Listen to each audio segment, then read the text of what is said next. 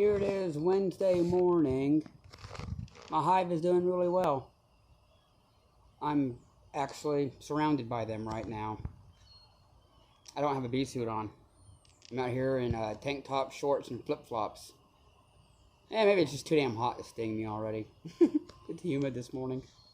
I did have my bee suit on earlier because I was using my miter saw, using my planer and my joiner, because I gotta finish making beehive covers.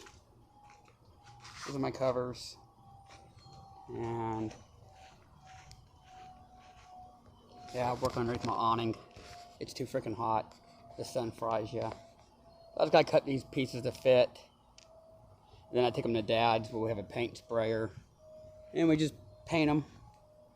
We use a waterproofing paint-on underlayment used in like bathrooms and kitchens on walls, and nothing's toxic.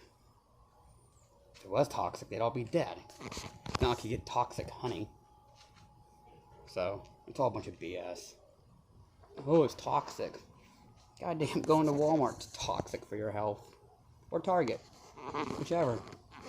Just driving is toxic. So, they haven't touched their honey. I mean, their sugar water. They're actually in the top hive up here.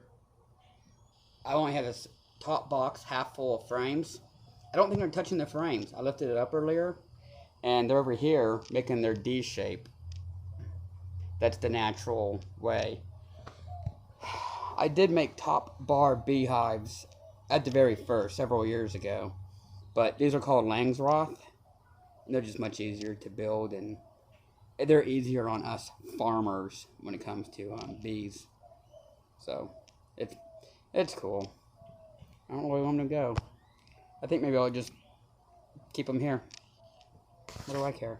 I like them.